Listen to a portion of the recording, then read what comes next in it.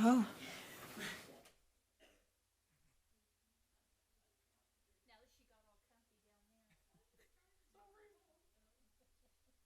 It's my fault. I apologize. Okay, we're going to call this meeting to order. And we'll start with roll call.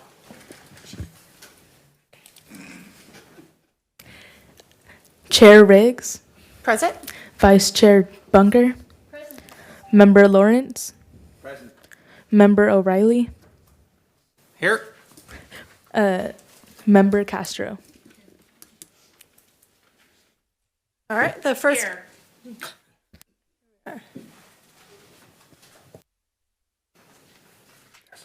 The first item on our agenda is a Pledge of Allegiance. So if you could please stand and salute. Pledge. Pledge allegiance to the flag of the United States of America and to the republic for which it stands, one nation under God, indivisible, with liberty and justice for all. Hey Jackie, I don't know if you need to know, but her screen don't work or isn't working. All right, as they work that out, the next item is instructions for individuals who wish to speak. And if you would like to address the Parks Commission at this meeting, you're requested to complete the blue card and blue speaker request form located on the wall and turn that in to the lovely Jackie. This form assists us in knowing who wants to chat with us. Are there any blue cards? We have one blue card. Perfect. Beth Bello, Thank you, Beth. Be sure to speak right into the microphone. All righty. I have handouts for you. I'll begin. Try to be quick. Good evening. My name is Beth Bello. I'm here to express my support for our local Oroville pickleball group. We are in need of an indoor venue for the game of pickleball, and to be more specific, the use of the municipal auditorium on a regular basis. Last year, I heard the Y was going to take it over. I stopped by and left my contact information last year for the director. They never contacted me nor our local pickleball ambassador, Barbara Eldridge. Today, I spoke to someone at the Y, and they seemed to think the earliest they would have the municipal open would be in late 2020, over a year from now. There was no explanation of why this would take so long. I'm a resident of Oroville for 11 years, an avid player, often playing up to 15 hours a week. This game has developed a passionate following due to good sportsmanship, physical activity, eye-hand coordination, a social network, and its multi-generational appeal. In addition, I am a referee working towards the elite certification by the United States Pickleball Association. I've had the opportunity to referee professionals and amateurs at numerous sanctioned tournaments in 2018 and 2019. The last sanctioned tournament I refereed was at Western Regional Championship in Southern California. At that time, it was the third largest tournament in the United States with over 1,500 matches. What I experienced traveling to tournaments is the realization of how large the sport is. I've met ambassadors from all over the country, as well as worked side by side with certified refs from all over the country, along other countries as well. Here's a few interesting facts about just brief from my handout. At the end of 2018, there were 3 million players in the U.S., with a 12% increase from the previous year. At the last year, there were listed on the United States Pickleball Association 6,885 places to play. Among them was Oroville. There is an increase of over 1,000 locations last year added. Total courts, 20,000. Ambassadors, 1,800 in the United States, and we have one here in Oroville, Barbara Eldridge. November, the national championships happened in Southern California. It had 25,000 people go through the gates during the tournament. It had 4,100 matches and 2,200 qualified players. As with the rest of the country, our local group is growing, though we only have 2 tennis courts with lines on it and an improper net to properly play. What I find is a lot of our players are going out to Chico and Yuba City to play. Pickleball is a benefit for our youth and our adult community, physically and mentally. There are countless testimonials on folks' lives that have dramatically improved by engaging in the sport. It would be great and it would be super positive for our community to have an indoor venue, as we have this great place, the Municipal Auditorium, to possibly use in the near future. Thank you for letting me speak on behalf of my passion for the sport of pickleball and express our needs and the use of the Municipal Auditorium to play this great, fastest growing sport in the world, pickleball. Thank you very much. Bobby? Good evening. Thanks for coming. You bet. What is pickleball? Pickleball. Well, it's basically, it's played on a 20 by 44 foot court. It's modified. It's kind of the size of a badminton court. What makes it different is 7 feet back from the net. There's called a non-volley zone.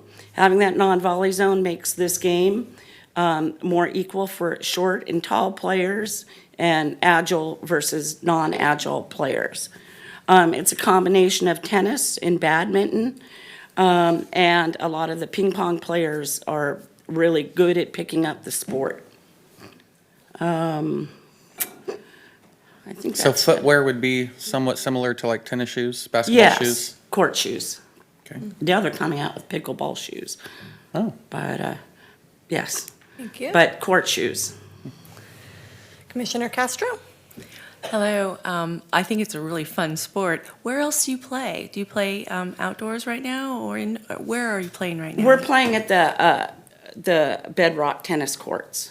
And the net height, is that adjustable there? It's adjustable, but because of the length of the tennis net, it's not true to the court of the pickleball court, which is shorter. The net is long, so play is called around the post. Other names is called an ernie, where you go outside the net and you hit the ball around the post back into the court, is for the advanced players. We aren't able to do that, and we do have some 4.0, 4.5 players. 5.0 is the professional level of pickleball. And so we aren't able to, we have players going to Chico and Yuba City playing who do tournaments. We're trying to get dedicated courts. That's a whole other thing.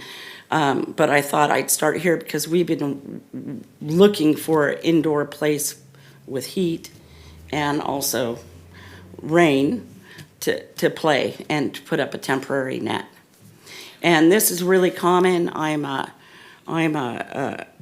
refereeing later this month down in a big indoor facility in Rockland. And that's a multi-purpose. They have basketball courts, and then they put up about 30 courts with temporary nets and lay down tape to, and it's a sanctioned tournament. This is year 2 for it. Thank you very much. We appreciate you bringing this to our attention and appreciate your passion also. Commissioners, just to answer a question for her to maybe help, the Y is currently in working out the contract with the city. They foresee the contract will probably get approved quickly. The problem is the city is requesting that they don't go in until summer because with the fire that happened, there was a lot of damage that was done and they need time to do the construction work to bring the building back up to code. And so the reason why the Y currently isn't going until later, if it gets the final approval from the council, is the construction work. If the insurance and construction work gets done early, I would foresee that the city will probably get them in there earlier, but that was why the contract slated to be approved for July. Okay. Thank you. That's too bad. I'd love to see it. I hear back in the 90s there were like every day there was something going on, which would for the youth and the adults, and this great facility, and it's not being used. well, one of the issues is there was a fire underneath the stage for the auditorium from the outside to the inside, and it created a lot of damage that right now isn't safe to be in there. So they have to fix it. So it's not unsafe to be on a good chunk of the auditorium. It's fine, but the fire damage, because of the side it was on, they don't want to have the Y come in and then have to be like, sorry, you have to stop all your programs to do the construction work. They are still having events on the one side of the auditorium. They've blocked off the area that they don't want people on. Which is the stage side, correct? Okay. It's too bad. Jackie, is there anywhere on our website or public that shows the process for somebody to rent the municipal if they chose to do that? The information, as far as I believe, the majority of it is on our website. You can also call and speak with Amy in the front office, and she can discuss that as well. Consider a temporary thing until the Y gets there. Thank you. You bet. I have handouts. Great, thank you. The next item of our agenda is to administer the oath of office for Kay Castro, our new commissioner. As Jackie is losing her voice, I'm going to administer that oath. We're going to walk down to the front here.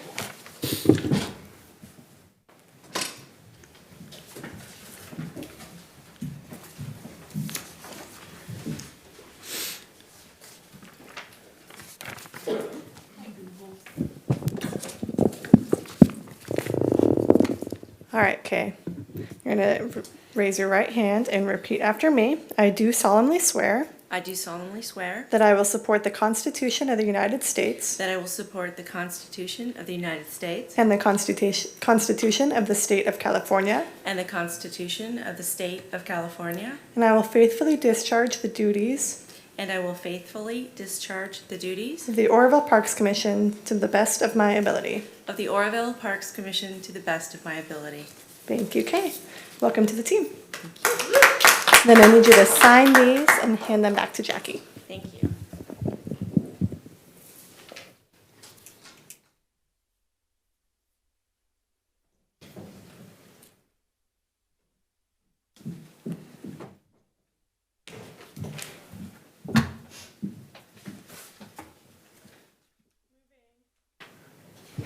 Moving forward, the next item is an introduction of the Parks and Trees Maintenance Department staff. Wade, would you like to facilitate this? Sure. Staff of the City of Oroville Parks and Trees and Building Departments, please come forward. So I just thought, since we have a new park commissioner and newer park commissioners, that it would be appropriate to introduce you to the City of Oroville Parks and Trees Department and the City of Oroville Building Maintenance Department. This is all of them. This is the team that takes care of 36 acres of landscaped parks. The group that takes care of almost 12,000 trees.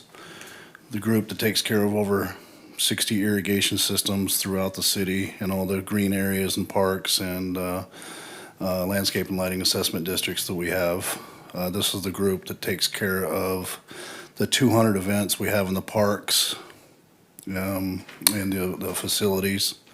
This is the group that opens and closes the museums for the docents, the cleaning, the building maintenance on the 5 museums we have, the other facilities, City Hall, CCC, Muni.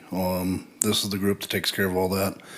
So, I put together just some notes for you on that. This is the group that's been taking care of all these facilities for the last year. Teresa, she's been here for almost 7 years now. She's kind of the backbone of our department. She has to put up with us. She's the one you see on the weekends cleaning the parks, running around ragged, sometimes trying to open and close museums, keep the parks clean for renters, and work events a lot, home and such. We got Myron. He's been here for a year and 8 months now, relatively new to the group, but hard worker, super dedicated. He was the only one with a commercial license for a long time, so he was running all of our heavy trucks, doing the street tree watering and doing the street sweeping on the street department side. So, and then Michael, he's in the building maintenance. He is our building maintenance department.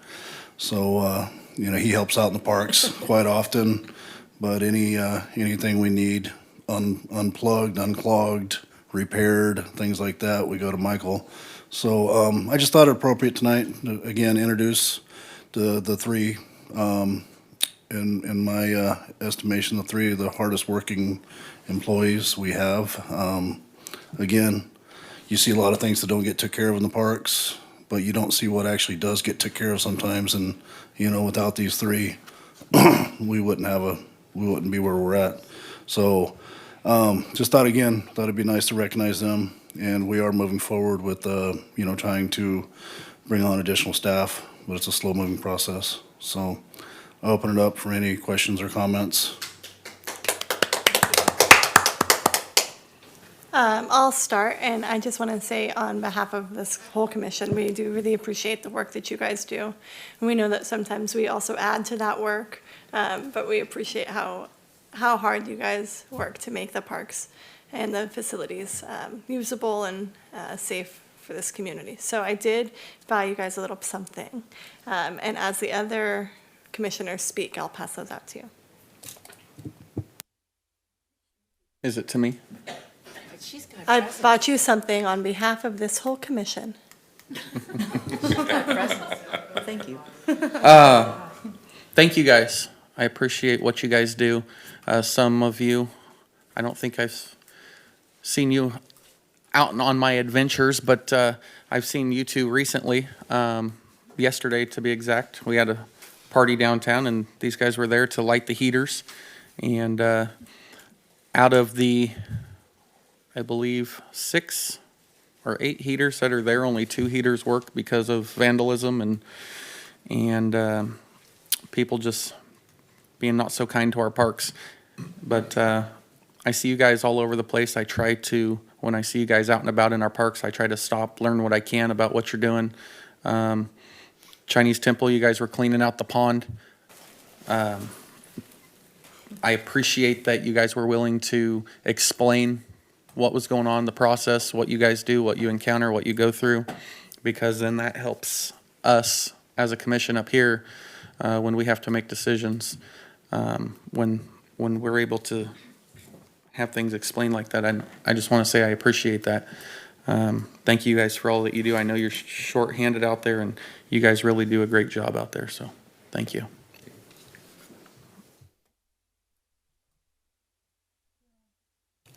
Thank you. Thank you for all you do. Thank you for coming tonight as well.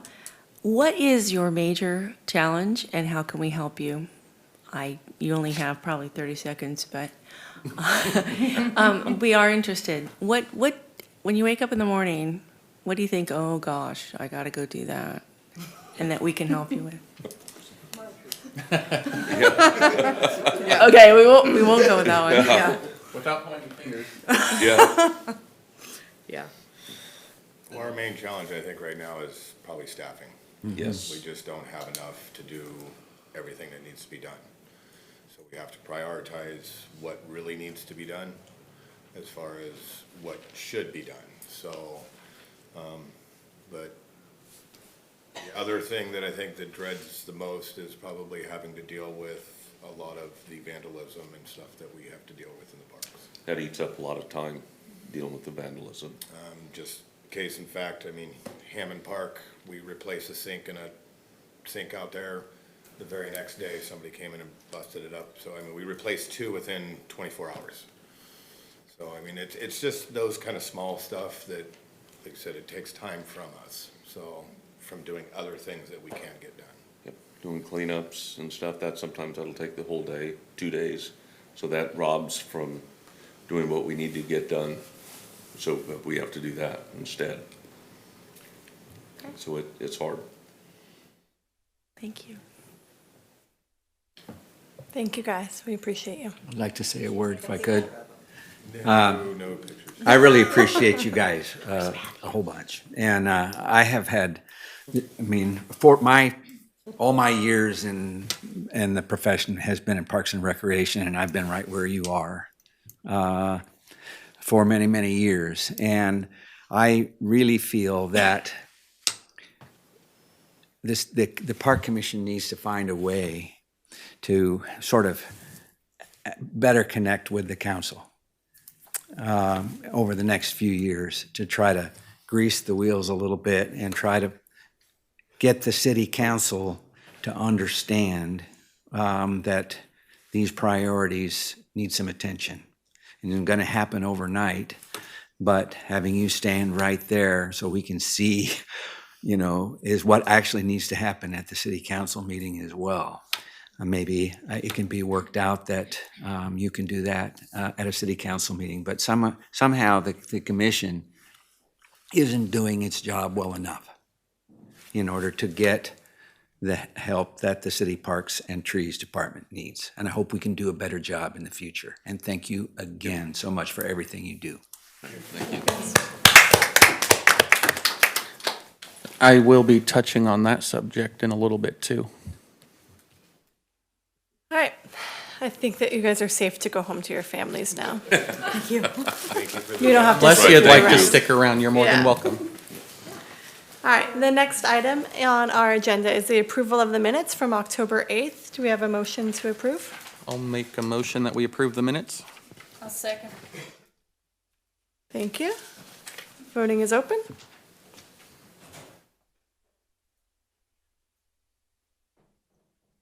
This motion has passed. The next item is regarding a free admission day for all city museums. Apparently, on February 29th and March 1st, there's the opportunity to partner with Explore Butte County to offer a free parks admission day. We already offer a free parks admission day on the 29th, I believe, and then this is just extending it to the 1st. So we're looking for a recommendation to do so, or discussion. Saturday and Sunday, right? It is a Saturday and Sunday. We're not currently offering anything on those days, but Explore Butte County has approached us and asked if the city would like to be part of a passport weekend for the county. And so all museums in the county would be free on those 2 days is what they're trying to do. Well, I'd like to, oh, go ahead. Oh, I was just gonna say, to get discussion going, I'll move that we approve the 3 days for the 29th of February and March 1. I'll second with 2020, right? With the addition that I'd like to see things like this brought to the Parks Commission before going in front of council or being brought up to the council. This is here in front of us tonight because a commissioner made it known that we'd like it to be here tonight. So if things like this can come to the Parks Commission so that we're aware of what's going on, we can probably help advertise some things and come up with a decision a little easier. I believe, Second? Yeah, I said I second. I second the an addition. of, and just to clarify, when staff has it, we bring it to you guys first. This actually came about from a council member and Right. was brought forward that way. And so it was a little bit different because came in backwards. a Right. council member brought it forward, not staff. Yes, sorry I didn't mention that. I wasn't poking fingers, I promise. Commissioner Castro? Thank you. My first question is, how is it publicized? How do we get the word out that it's going to happen? They have, Explore Butte County has $20,000 for advertising for this event throughout the county, so they're handling most of the advertising. Of course, it'll be on our city website and our Facebook page and things like that, the free. Bulletin board, electronic bulletin board. We can work with Jordan daily on that, to get that on there, absolutely. But again, they have $20,000 for this, for advertising and things. And my second question is, do we have historical data on how popular it was in the past? This has never been done before. Never been, okay. Like this, I mean, the museum docents have come forward and asked to have other free days. We're foreseeing that we may potentially be giving up $50 to $100 for the weekend. It's not going to be an astronomical amount of money. And right now, teach me to get on the commission, right? Right now, it's all city museums, correct? Is that what you're, okay, thank you. Michelle, as the lead docent, do you have input on this item? Yes, please. It wouldn't be the nature center, most likely, because it probably won't be open. It usually doesn't open till April. It depended on weather. I suppose it was a nice weekend. Some of the docents might agree to do that.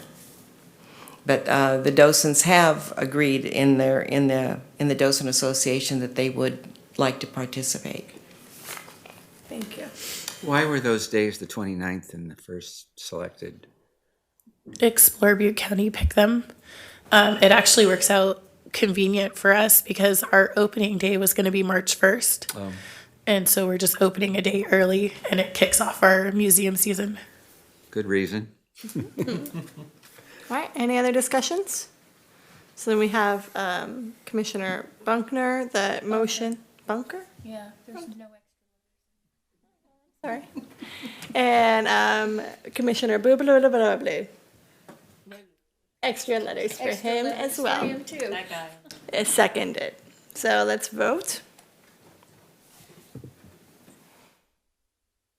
And this motion's passed.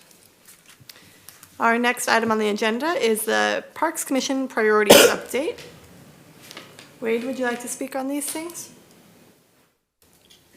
So as a bit of context for our new commissioners, at our last Parks Commission meeting, we spent some time organizing our thoughts on what we believed were the biggest issues or changes that we'd like to see within our parks and museums. And these were the primary items that came forward. A lot of it is in conjunction with what staff has said also as their big issue as well.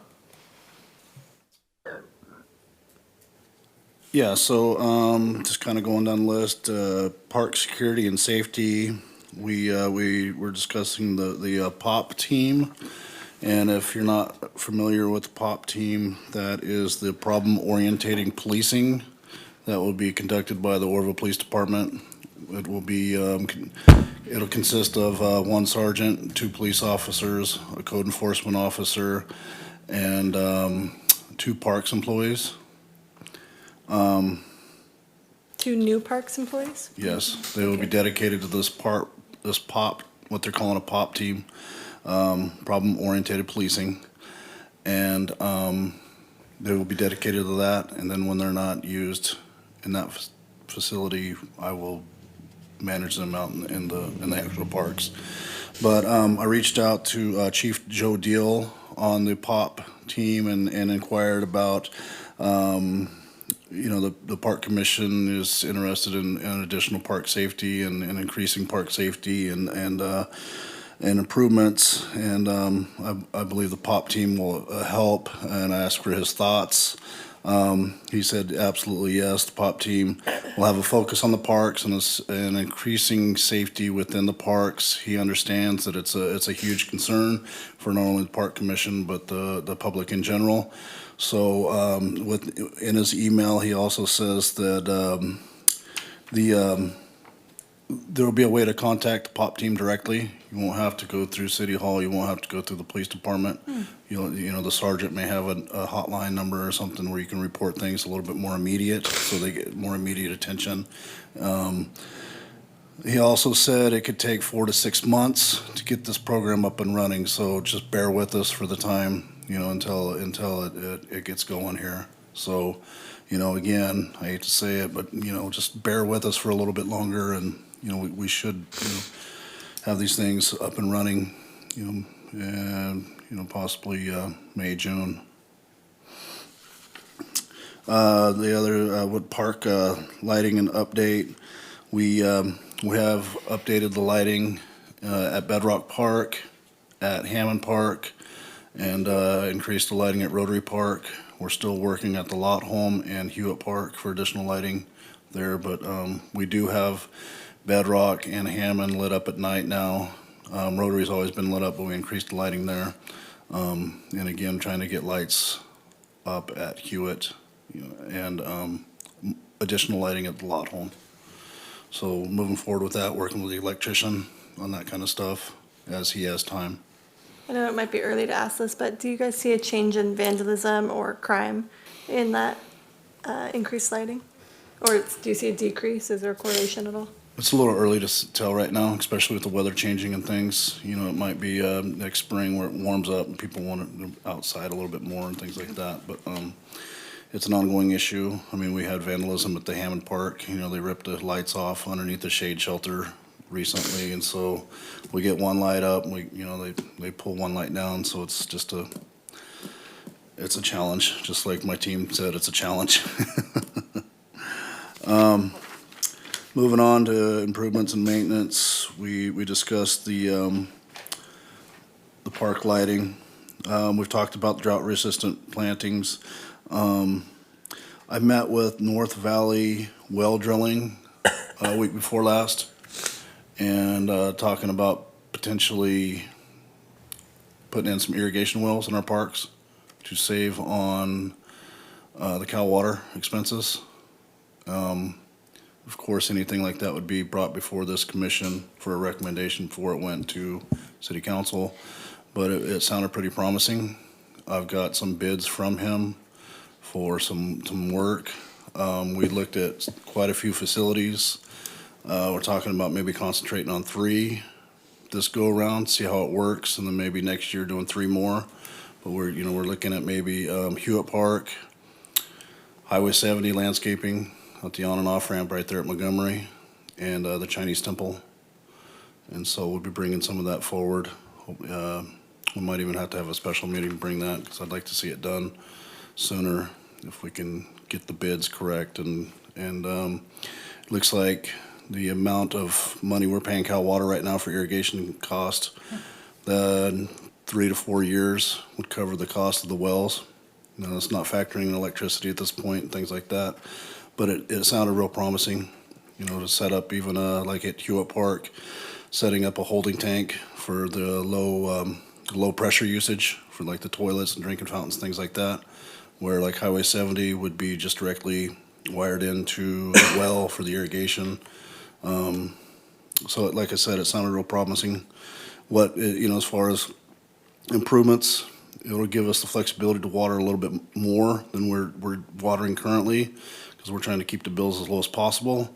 So you see things kind of grayish blue instead of green. Doesn't mean we're not going to be water conscious. It just means that we will actually give the plants the water that they desire and need to be green and happy and not sad and gray. So the improvements there.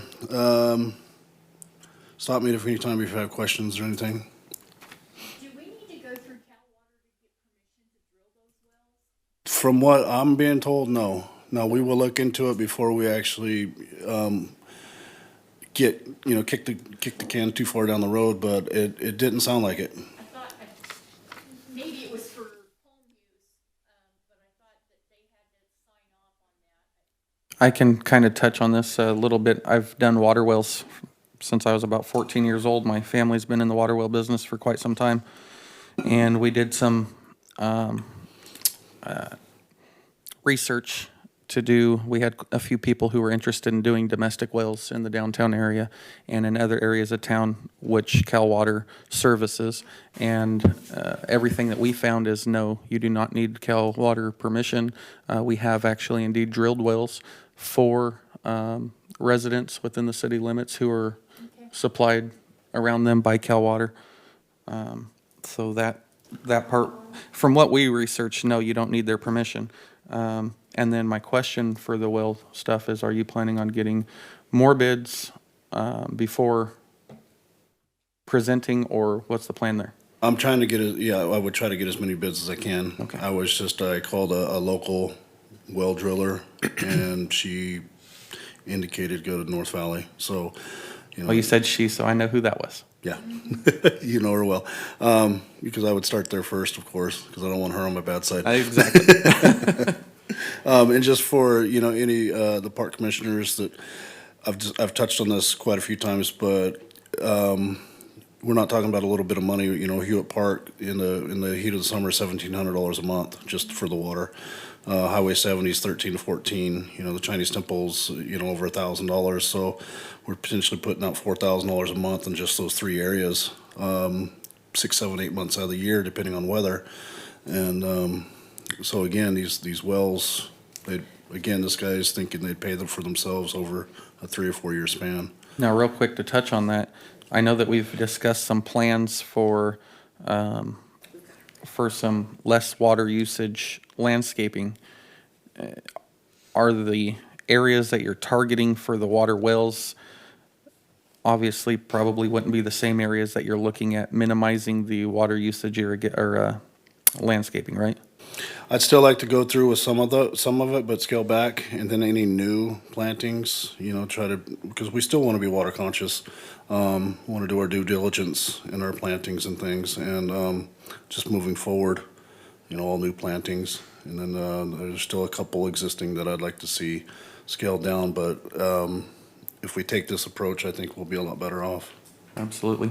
And then with the storage tanks and that for the restrooms, and there's sometimes that people who are renting the parks want to do water slides and things of that nature. Obviously on a regular well that would be very hard to do. You got your well kicking on off with a certain amount of pressure that you're given. So the holding tanks would be beneficial for that, and I appreciate you or whoever thought of including that. It really surprises me, Wade. I've been sitting up here for 8 years, and we really haven't had a solid discussion about putting in water wells. I always just felt that the reason was because there was a barrier there somewhere besides money. But that's wonderful if you can do that. And of course, your electric costs will be pretty considerable. We had them in Durham, so I have some experience with watering with wells, and it can be expensive. But Cal Water is just outrageous. So even as expensive as electricity is, I can see that there'd be a savings there. A couple of comments I would make too is that the last pump that we put in over there was a pretty sophisticated variable speed pump, and it was pretty awesome because you didn't have to have any pressure holding tanks. It only pumps what it needs on any given time, and it only uses how much electricity it needs at any given time, so you don't have to oversize. So you might want to look into that. And then also I'm wondering if maybe our fund, if there's still any money left in it. The one that we were kind of holding back money, I think it was for a water truck. There was around 100,000 there. Yeah, Could we use money from there? I gave you a handout tonight for the park development impact fees. And you can see we got $589,000 in that account. So, we definitely have some money to do some projects in the parks. You can see it went up quite a bit this last year with all the new houses, and that's not gonna stop this next year either. Okay. So, we'll have a pretty healthy balance in there, and so we'll be able to hopefully do some projects in the parks. As far as improvements, one of the projects, we had a slide that's cracked at Hammond, or at Rotary Park, so we've had to kind of shore it up, plywood it up, so you cannot use the slide. The slide's over $5,000. But the playground itself's over 15 years old, so it might be time to look at a whole new playground, because once that one breaks, then the next one's gonna break, and it could be very costly. But again, that might be something we bring back at the next park commission meeting. And if I give you this handout, so if you have some ideas about some park infrastructure you'd like to see. What about, I know we've talked about it before, and I am a big proponent of biochar, because it will save up to 5% on your water. It holds 5%. 5 times, its weight in water. And as far as, you wouldn't have to water as much, you can do amendments to the biochar. I just think it's a worthwhile thing. Feather River Parks, River Bend, they put it in there on the soccer fields. Okay. Hey Wade, maybe you might be able to answer this, maybe you might not. I know there are some wells already drilled down here downtown in city limits. Are any of those wells city-owned, or are they all on private property? The only well that I know was ever drilled on city property was at Hewitt Park. and it was abandoned well before my time. Okay. And we've looked into, trying to reestablish it, and it's just so full of rocks. Be and cheaper to things. drill a new one, yeah. Yes. And the other well that I know was drilled was for Riverbend Park at the end of Montgomery Street. It's just not city-owned, of course. Right. Thank you. Museum roofs, I talked to George Roofing, and they're trying to get started at the beginning of the year. So, still about a month out for that, for the lot home roof. There was discussion about the Pioneer roof. We did clean the roof thoroughly, and we're monitoring it currently for any leaks. There was none over the weekend, but we'll continue to monitor that. Public involvement, park usage, I don't really have much on that. Jackie, do you have something on that? So, excuse me, the junior docents program and the Adopt a Park program are currently with our risk management staff being reviewed. Once I get the green light or changes that need to be made, then I'll bring it back to you. Museum events. So there's the county-wide museum weekend update, but then also January 26th is the Chinese New Year at the Chinese Temple. When Michelle gets up, maybe she can give you the times. I think it's 12 to 4, but I don't want to give you the wrong time. So, and then I'd love to get an update from her on how the mistletoe party went this weekend as well with that when she gives her report. And then staffing, park policies. So staffing, we discussed the POP team already. Park staff, we had one street department person start today. So if you don't know, I'm in charge of street department as well. And we have 3 people in street department, so we're depleted there completely for the amount of work that they have. But so we have one street person started today. And you'll discuss this because it relieves some of my park employees from having to kind of help them and vice versa. But so I have one park employee starting next Monday. I have interviewed, and we're going to hire another street department person from the interviews that I've conducted. And then I have 5 interviews next Monday for new employees. So trying to get some people hired. It's a tough process because there's a lot of jobs out there, a lot of people are already working. So, but we're trying to do our due diligence and get caring, helpful, responsible employees, kind of like the individuals you've seen tonight. So I have currently 4 vacancies. That doesn't include the lead tree worker position in the Parks Department. So we have actually 5 openings right now. That does not include the 2 POP team members when they come on. And then I have 3 openings in the street department as well. And that's not including the employee that started today and the employee that starts next Monday. So I still have that many openings. So we have a tremendous amount of staff coming. Availability. Yes. So the POP team, just to clear this up, if I'm correct, the POP team is being funded by a completely separate fund, and all of the employees and staff that are on that POP team will be funded from a separate funding source, correct? That should all be Measure U money, I believe. But I mean, they're not going to be funded the same way as somebody you hired today. Yeah, it kind of depends. I mean, most of my employees that we're hiring today, a couple of those are coming out of the Measure U money as well, because of the safety in the parks, the safety in the streets. Okay. So, but then there's just general fund dollars too, but there's just special circumstances on the Measure U money. Right. But it's all kind of under general fund. There's just an oversight Right. committee. When you do your time card, you'll have, I'm gonna guess, you'll have a code that says, 001 is Measure U money and 002 is general fund and 003 is lighting. I'm guessing that's, I don't know, that's how we do it with the state. I don't Right. know. It'll be something Kind of what I was similar. getting You'll at there, have a though. code number that shows which fund that money is gonna come out of for their paycheck. Kind of what I was getting at there, though, is that the individuals who are going on the POP team for the Parks Department per se, they are not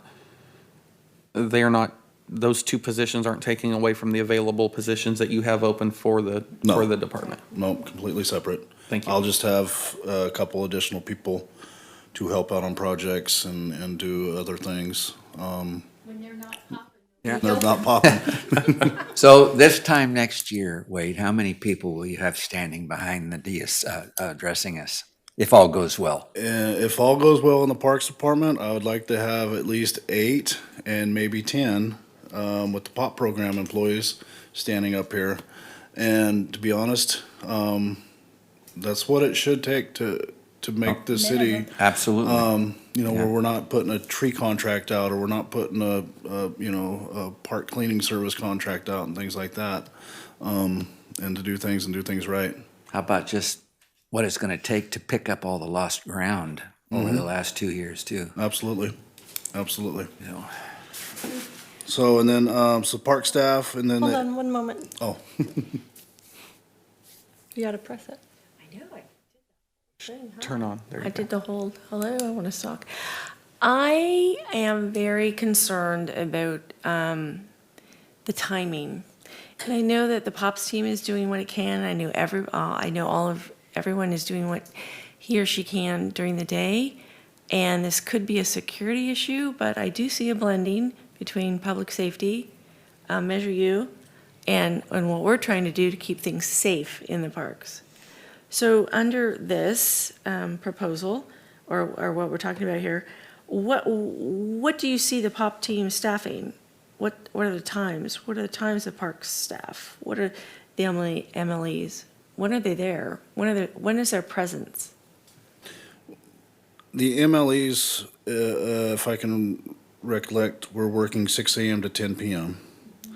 And the POP team, if I remember correctly, and this is just watching city council meetings and listening to Chief Joe Deal, their shifts could vary. They could work nights, they could work days, depending on the needs of the community and the needs of the parks, for example. I mean, we get vandalism at Hammond Park. Seems like during the night, well, they might spend a few nights out at Hammond Park, or, at least swing by a few times during the night, and where our normal police officers, they just don't have time to right now. So if my memory serves, MLE's 6 a.m. to 10 p.m. and the POP team, like I said, Chief Joe Deal said it'd vary on the needs. To touch on your lighting the parks issue, I wrote down and forgot to say when I was speaking the last time, Bedrock Park in particular. I go through the parks quite frequently. I go through the parks during the daytime, I go through the parks during the nighttime just to see what's going on and see the problems. And I can say that with the upgraded and added lighting in Bedrock Park itself, last night and the night before, Bedrock Park had nobody in it. Really? Oh. They had one car parked in the parking lot with individuals in the car, but nobody camped out in the park, nobody doing bad things in the park. Now, the night before, I did notice a individual who may or may not be homeless had a fire going in the middle of the park, but they extinguished it pretty quick. But the lighting has helped tremendously to what it was and what was happening at that park. Thanks, Bobby. Good to know. Oh, and Good to know. I see on staffing and park policies, MLE update. Don't know if we're getting an update from the MLE department, but I did follow the MLEs through the park a couple of times and just happened to be going the same way at the same time. And they're still calling on the radio that they're patrolling the areas and not getting out of the cars to do so. You're like Batman.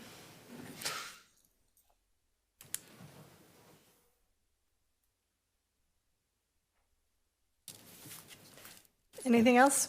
Yeah, no, wait, I have a question. Oh, I'm sorry, no, you have more? No, I'm done.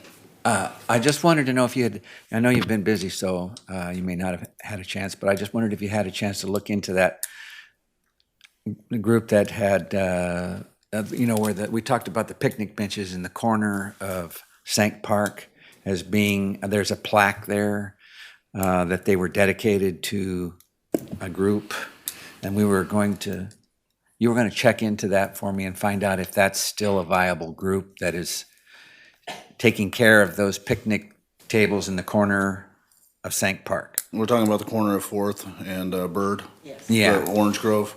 yeah, right. Yeah, nobody's taking care of those picnic tables except city staff when we can, replacing the boards. I know nobody repainting. is, but there's a Right. plaque there, and I was, would we be stepping on somebody's toes if somebody else came in there and took that on? I'm sorry, Scott, I have not looked at Okay, that, no but problem. I I'm- could check with you later on that. Got almost a page full of notes right now and write it down.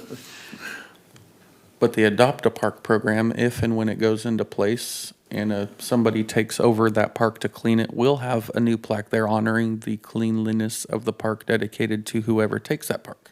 That's right. So in the in-between, it's a good idea to start thinking about community organizations or groups that you're a part of that might be interested in doing that. All right, moving forward, our next agenda item is the lovely Michelle. Lovely. Thank you, Wade. Thank you, lovely Wade. I appreciate the updates too, Lloyd. So greetings. I brought, what you have there is the newsletter that I wrote and sent out to the docents, and things have happened since then. So first of all, we did have the mistletoe party. We had a pretty good turnout. Not as much advertising as I'd like, but the advertising did go out. We had mostly adults. We didn't have that many children, but we did have a fantastic Santa. Wesley Doan was a really good Santa. Didn't you think he was a good-looking Santa? My kids enjoyed him thoroughly. Because our one visitor from the council was Bobby O'Reilly, I want you to know that the commission, and the docents really appreciated the fact that you were there. Absolutely. They did appreciate it, and they mentioned it to me, so thank you for coming. That was my family Thanksgiving that day. I know things happen, but I do want you to know the docents did appreciate that. And then the Pioneer went fairly well. We also had the same Santa, which is why he ended up at the mistletoe party. And his name, again, I mentioned Wesley Doan. He was recruited by one of our docents, and he was very good. And he's actually going to be at Feather River Rec and all over once he got started, because he looks so much like Santa. And under my title, Leftovers, we knew about the roof repairs, and that Georgia's Roofing has been, that we did note yesterday that the tarp is not in place because it tore off, and it was pretty heavy rain. We don't know what's happening there inside the roof until that Georgia's Roofing gets to it. We would like it probably covered again if at all possible. The doorbell was working, and the phone was working a week ago Sunday when I was there, but when I was there on this past Sunday, the phone wasn't working again, and Today it was not. No, but the doorbell worked. We're happy the doorbell worked. And so I don't know why it worked one Sunday and not the next, but it wasn't working.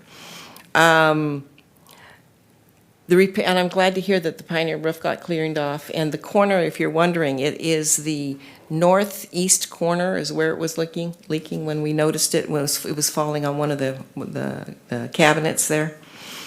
And in November, the Nature Center the Nature Center and the Bolts Tool Museum operate with the separate groups, more or less.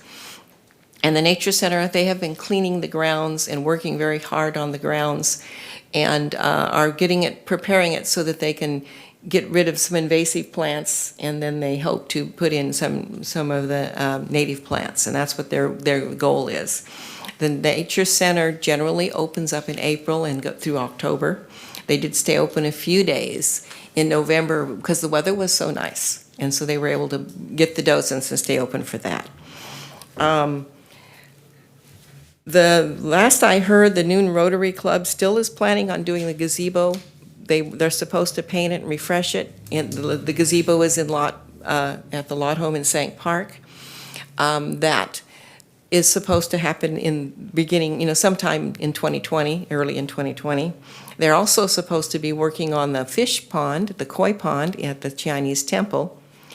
And They had some other ideas, but I haven't contacted them because they wanted to do something with the bathrooms down there at the nature center, and that turned out their idea wasn't going to be able to work. So they have some money, they would like to do something, and they're not too sure what that project may be, but they are willing to help out the parks. The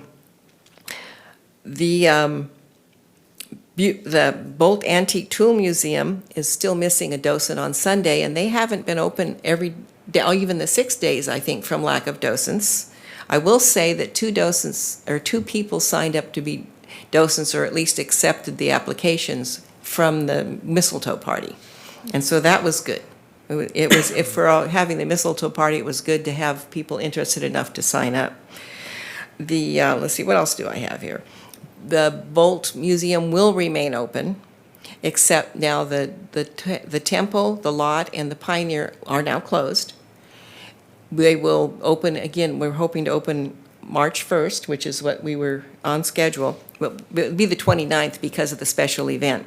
There is one day when the Temple will be open, which is to celebrate the Chinese New Year, and that is the 26th from 12 to 4. It's another open house, free event, and everybody's welcome. Bolt remains open, again, like I said, all year. What else do I have to tell you? Bud wants me to let you know, he's staying open. Let everybody know, Bolt stays open. We invite you to come to the Chinese New Year. If you haven't been, it's worth coming to. Besides having the open house and the tea and cookies, we have various things. Usually there's somebody who's doing some calligraphy. I think we'll have the young, I can't think of the group right now, the young kids that play the violins. In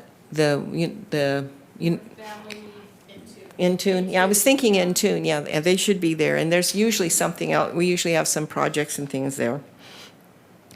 Now, the biggest issue I have, and I needed to address this, is you received the letter from one of our docents who decided to resign. She was relatively new just this year.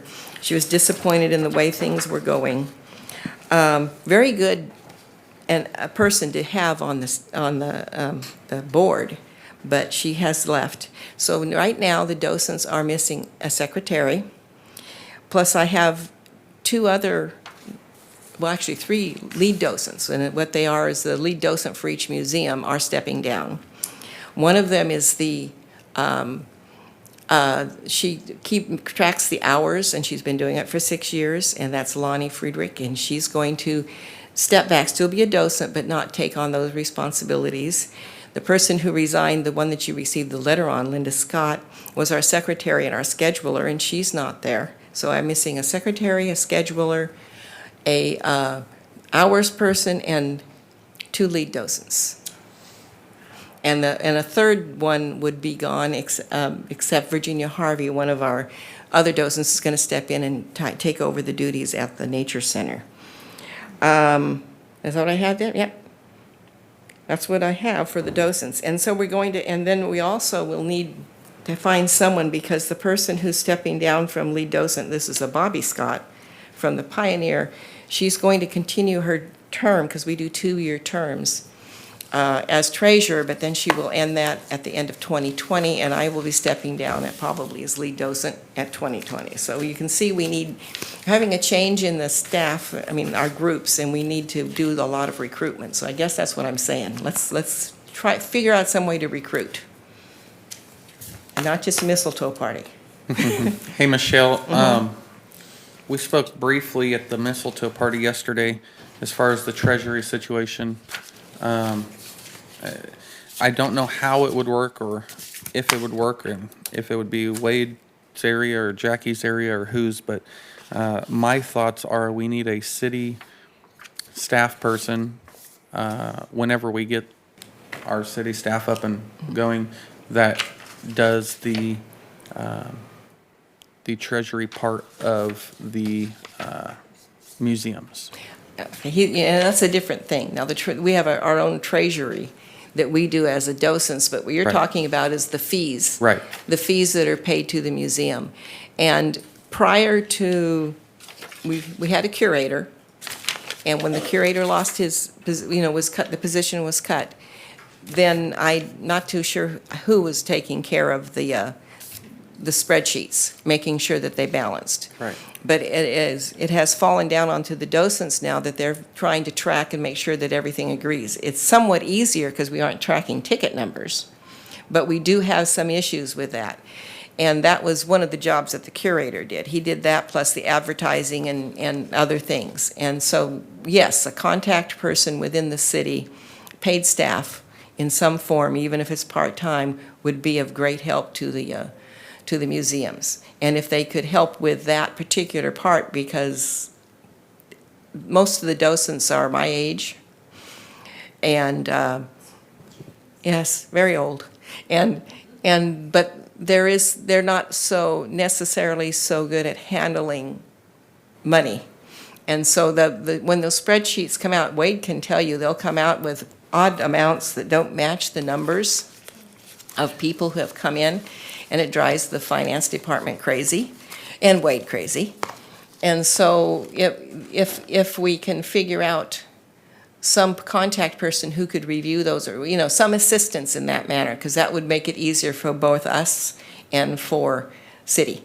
Right. And then the same with the advertising. We're thinking of assigning someone, depending on who we have as docents, to be the point person on the advertising, so they could help create and get things, so we can get the word out, because we're finding more and more that you need to use social media, and but you still also need to get it onto the chamber side and onto these other sites because again, people my age are going to look in the paper, or they're going to look at the chamber site maybe for something, whereas the younger people will be looking more on social media. But we need to get the word out to a greater degree so that we can have better participation. And then there was one other thing, it's not in here, but it was noted to Wade. It was the fee schedule. We were talking about adjusting our fees in some way or another. And that sheet, I don't know where that one is right now. I sent it at one time. But that's another thing, is adjusting fees so we can actually get more fees into the museum so that they help pay for part of what the operational costs are. It won't take it all, but it'll at least help pay for the operational costs. Well, my biggest issue, the reason I brought up what I did, is because the docents are volunteers, people who want to spend the extra couple hours that they have to help the community, and it's just, in my opinion, that maybe the docents are being expected to do just a little too much. And again, that's my opinion. From going out to events and talking to docents and seeing the letter that we got in our email for the resignation, even granted that individual may have been on a short time there, there were some really good points made, speaking to past docents that have stepped down and away. I just think that when we can, having that individual within the city's staff to help lift the weight, we're just expecting too much from our docents. Too much responsibility for not the pay being there. And when we also had to pay staff at one time at the temple for a while there, for quite some years, we had someone who was there part-time. And that position was eliminated also. So, I mean, but yes, I agree that if we can at least get a point person that is the contact person in some way, form, there's been different discussions on how to do it. Part of it was SBF funding, part of it was this and that, but it needs to be, it would make things easier because there would be a clear path on who to contact. And it's not that staff hasn't been helping us. Right.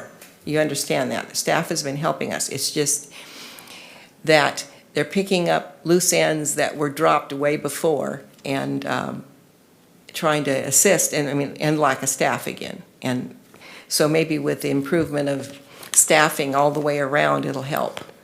But it is affecting the docents, and some of them are leaving because it has been a frustration for them, not just the one, but others are stepping down because of the frustration of trying to do things and putting their effort into it and having to, things just kind of falling through the cracks. Thank you for the clarification on that, because I did not think about the way that came out. I didn't mean to say that staff's not doing what they can. We've had a very minimal staff. You know, I appreciate personally everything that is being done with what we have right now. So I in no way meant that. I just mean when we get the opportunity to make this thing happen, we need to. Also, the walkway at the lot home, the walkway between Montgomery and the front door of the lot home. That wooden structure with the vines and yeah. Wisteria. Oh, thank you. The wooden structure of that is looking, in my opinion, pretty bad, almost borderline unsafe, and then some major pruning, in my opinion. I'm not an arborist skilled like Mr. Wade, but looked like it needed to be taken care of. There is a positive. There has been, you're probably not familiar that there's two groups. There's the Friends of the Park and there's the Oroville Docent Association. The Friends of the Park were first. The Oroville Docent Association runs through the city. The Friends of the Park have their own nonprofit number. Some money has come to them, and it's a fairly substantial amount of money, in my opinion. I'd like to have it, and it for projects at the lot home from a prominent family in town. Now they will be the ones that will be bringing some projects forward, and some of the. Did you know about that, Wade? Yeah, they've received some money and they want to look at doing some projects, and so we're going to be meeting and discussing what those projects may be. And there's also funds available at the Pioneer that have been available for a while that can be used for doing things at the Pioneer from another fund. And if we need to meet and put some projects together so those can be funded and we can make use of that money and get some things done. So. Hey Wade, does the funding for the museums come out of the park fund? So this what you gave us is for parks, trees, and museums all together, correct? Okay. Hello, I want to jump back into the docent area. Is it considered something that high school students that they can get the community service hours for? Yeah, this is what we were working on. It went to City Council. Actually, Commissioner Christy Riggs had presented some information for them. Pardon I'm new here. Yeah, I know. No, but she sent this through it was kind of a skeleton outline of what we would be requesting, because I went to the school board, or to the school, and they said that if we had to put together some sort of a idea of what the project would be so they could pass it to the school board, so the school board could also approve it. Because currently, the high school now is requiring 40 hours of community service per year per student in order to graduate. And they started freshman last year, now it's freshman and sophomore, and it's working, and I'm correct on that, right? And it's so this community services requirement. And so we were hoping to get into that so that we could benefit from that. And also our museums would benefit, not just because of the bodies that would be there, but because once they learn about the museums, then they have a greater understanding of the value of such institutions, that type of thing. And so the outline of what we were hoping to do was presented to City Council, and that's what they say, this team that, I forget what we called it. Yeah, junior docents there, but there was another name we were calling it. But anyway, so we're hoping to do that as one way to get help there. The issue and the reason why it's at risk management is because they can't have a male docent and a female teenager there alone.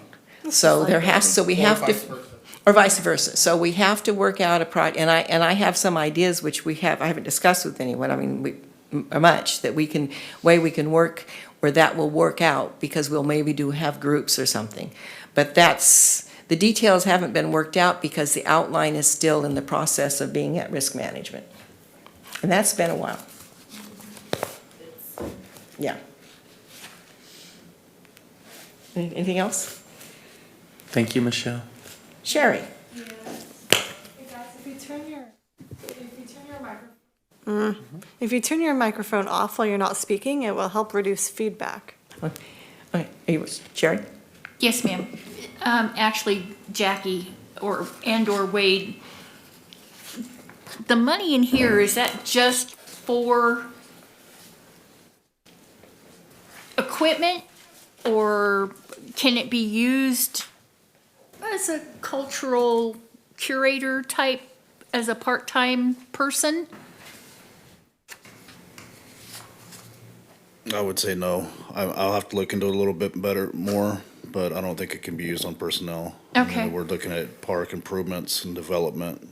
We've used it on equipment. We've used it on like the staircase at Spencer Avenue in the past. Right. Rebuilding that.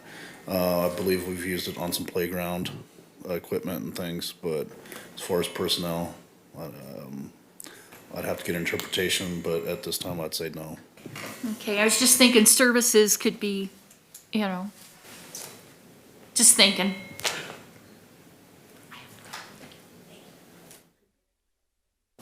Well, that was my other thought. Because they fund people.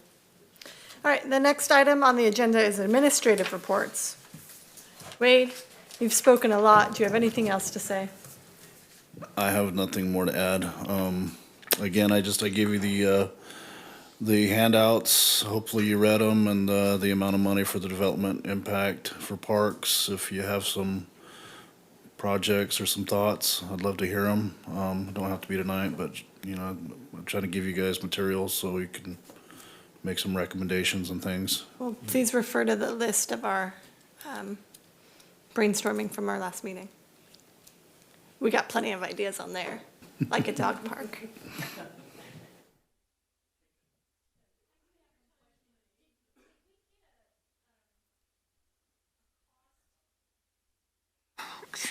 Did we get a cost for the roof at the lot home? Yes, I thought I emailed you that information. Did you? I'm Is that, sorry. My phone actually ate all my emails. I can forward it to you again. I believe it was $130,000. Okay. And that was the lot home roof, gazebo roof, and chair shed, and the Nancy Price room, or the carriage house. Mm-hmm.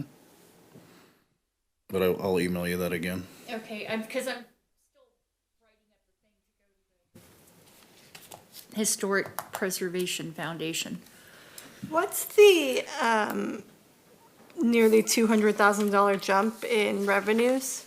The new houses? 18 to 19, just new houses? Yeah, it's based on new homes. And then that's. we had for- the Sierra Heights project, and that was $91,000 additional. That was Out there on the golf links. Sierra Heights. Yeah, well, that's a lot of them, but and then Sierra Heights, I want to say, was a low income housing project. Where is that? I'm not sure off the top of my head. I just because I Please checked don't. with the finance director on that because I figured you're gonna have these. Why was the increase? And she showed me Sierra Heights, and I want to say it was. So please don't quote me on this, but I believe it's the one that's being built over by Prestige. Right, by the Oroville Hospital. Yeah. All right, moving forward, we have commissioner reports. Administration report. Oh, Jackie, I'm so sorry. Would you like to share anything? I have nothing else to report. Are you sure? Protege? All right. So now we have commissioner reports. Welcome, Commissioner Castro. Anything you'd like to report? I would like to report. Thank you very much. I'm honored to be on this commission. I am Oroville native, so I have a lot of history and love for this community. I like that this commission is taking care of things and acting on things, including the trees and the tree trimming, and anything we can do to further give positive support to the community, anything we can do to say, this is what's being done. I want to stop the complaining. I don't know if that's a official commission, that's my personal opinion. I want to stop the complaining. If you have an opinion about something, then take care of it. So I am grateful for the tree trimming. I'm grateful for everything that's going on here. And I really just hope to be part of the solution and am a voice of the community and help however I can. So thank you all for being here. And I was ringing the bell and saying Merry Christmas for the Salvation Army and got in trouble because I had to say Happy Thanksgiving. But now I'm going to say Merry Christmas. Thank you. Thank you. Commissioner O'Reilly? Buckle your seatbelts. So I did attend the mistletoe party at the Lot Home. That was a nice turnout. There was quite a few docents there, quite a few in attendance. When I was there, both young and old and kids and so forth, I thought it was well. Some folks that I personally know that I wouldn't have thought they would have known anything about it were there, so they must have seen the advertisement somewhere, and that was cool to see them there. So that was awesome. Good turnout. I liked it. Okay. So the last couple days I've been doing some research, and I do have some questions that I don't expect the answers for tonight, but maybe next meeting. One of my questions is how many park rentals the last 3 years and at which parks, if we keep record of those? 188 in 2018? Okay. I want to reiterate that the park hours need to be posted at each and every park because those are not. And then I had a note here that I wrote 2 days ago about a breakdown of current park funds expenditures. So I appreciate you bringing that. I don't know if there's somewhere that we can go to look to see more of a thorough breakdown of what's coming in, what's going out, where it came from. If there is. So Bobby, just real quickly on that one, our website, there is the finance program that is on there that allows you to break down everything that our city has spent in and out for every department. So as you click on sections, it breaks down further. I personally haven't used it, but I know that Ruth last year sometime did a presentation on it and showed it to the council and everything, and I cannot think of the name of the program right at the moment, but there's supposed to be a link on our website in the finance Is it section. SunGuard? It might be, I'll go look before I push any more there. but you should be able to get that there. Just a comment on that. Every month. We used to get revenue expense reports on every facility, every park, every cultural facility, every month. But we decided that we didn't need that every month.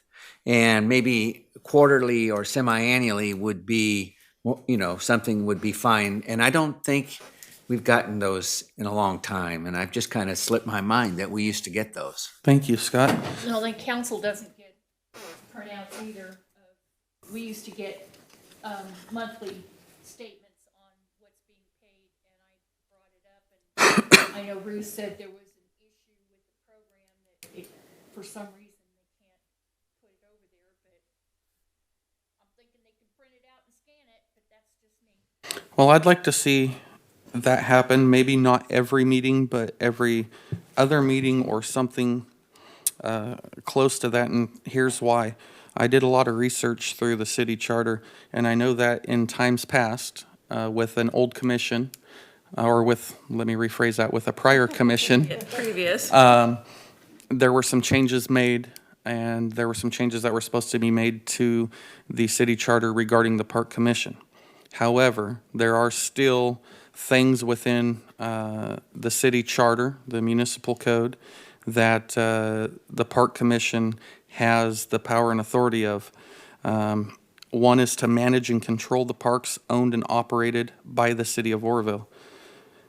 Number two is to establish, maintain, and operate the parks with structures therein appropriate to park purposes within or without city limits.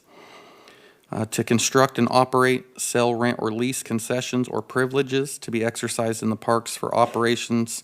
I'm not going to read that whole thing, but you get the gist there. Number four is to establish schedules of charges for special services.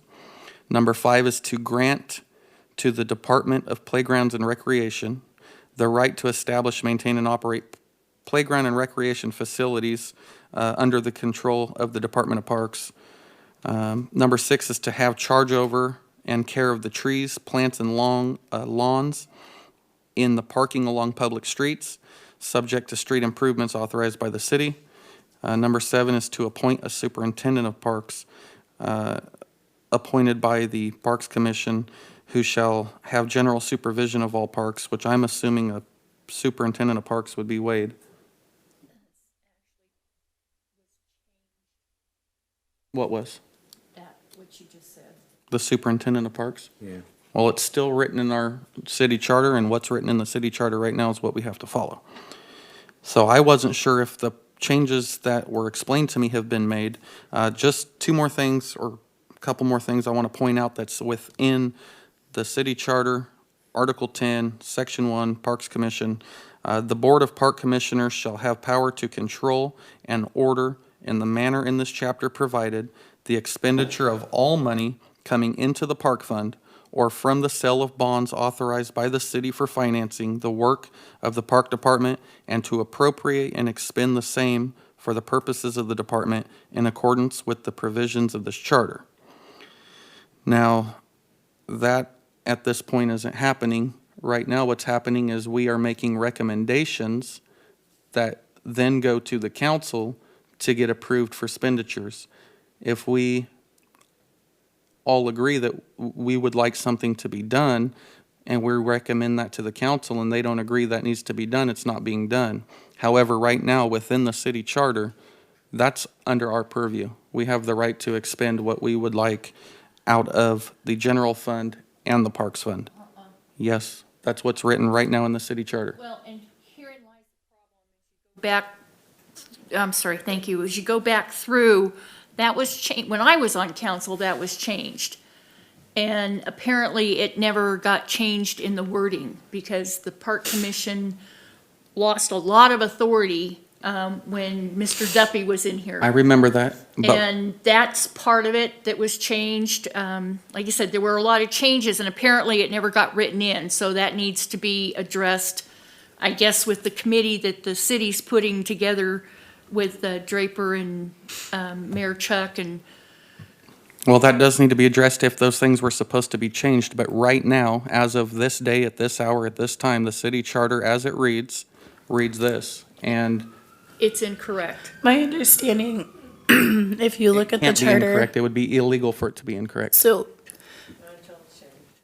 my understanding with the charter is that it states the Parks Department is in charge of XYZ separate. Like if you look at the paragraphs, they're separate from the commission paragraph. And Duffy, during his cycle as city administrator, That word you're looking for is rain. That too. had the attorney and him at that time had interpreted that as separate sections of the charter, that the list of duties is specific to the Parks Department. The Parks Commission is a separate paragraph in itself in that listing. Correct. And this is, So those duties are not the duties of the Parks Commission. Those duties are the duties of the Parks Department, according to the interpretation that was taken before. Now, separate from that, we shouldn't be having a round robin discussion debate about this because it's not on the agenda. So if Bobby wants to explain something to you guys and then further agendize it later to possibly discuss, that is a completely separate issue, but we shouldn't be having a full-on debate about what the charter says here because it's not on the agenda. So just gonna throw that out there so we don't break the Brown Act. Thank you. so Right, my it's next, not your my turn. next thing is that I'd also looked up the city park use regulations, the rules, laws within our city parks according to our municipal code for the city of Oroville. And there are quite a few rules and regulations for our parks. And we do have some pretty clear and clean-cut laws for the city parks. We just have to figure out a way and find a way to start enforcing each and every one of those rules, because I know that this isn't a me problem or a you problem or any in particular officer problem, but the problem that I'm seeing is there's too many people getting away with too many things within our city parks that is helping contribute to and lead to the vandalism, the destroying, and the garbage being left, littering, all of that that's contributing to the problems in our city parks. So I don't know if we got to have Chief Deal come in here, what we got to do, but we need to go through these rules that are in the municipal code for the park and make sure that each and every one of them are being enforced within the parks. And I think that'd be a good start. Yeah, why don't we put that on the agenda for the next meeting, review of park rules? And also, perhaps a review of I'm the only one, I think, presently on the Park Commission that was here when the policies were adopted.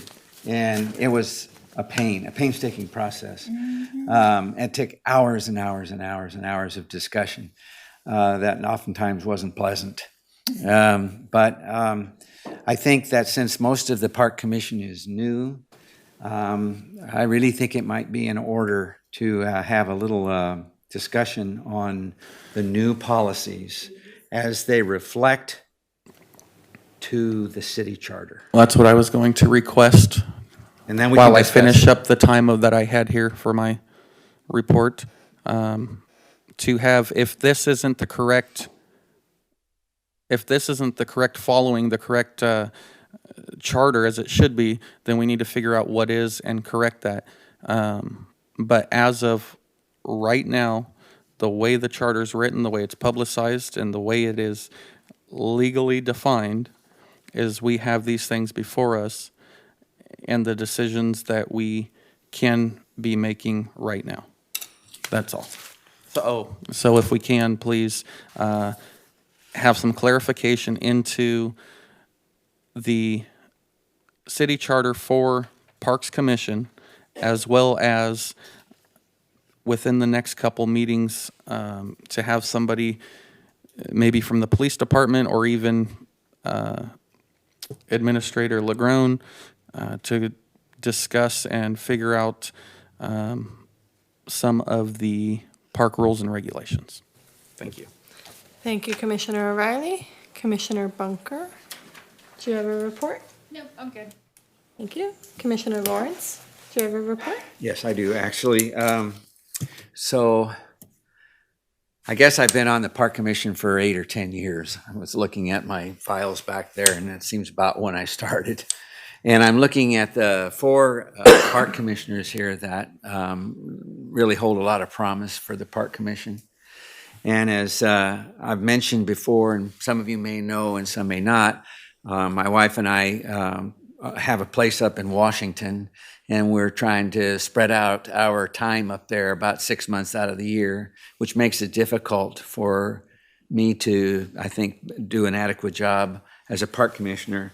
So it's with regret that I submit my letter of resignation from the park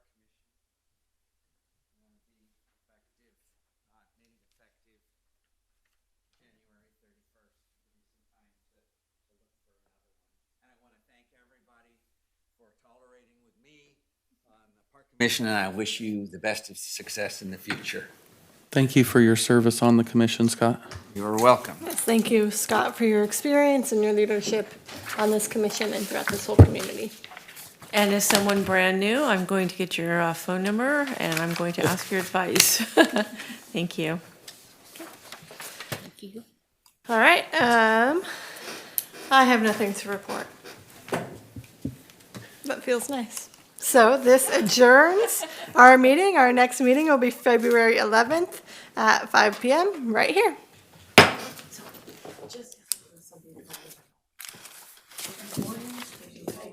Scott.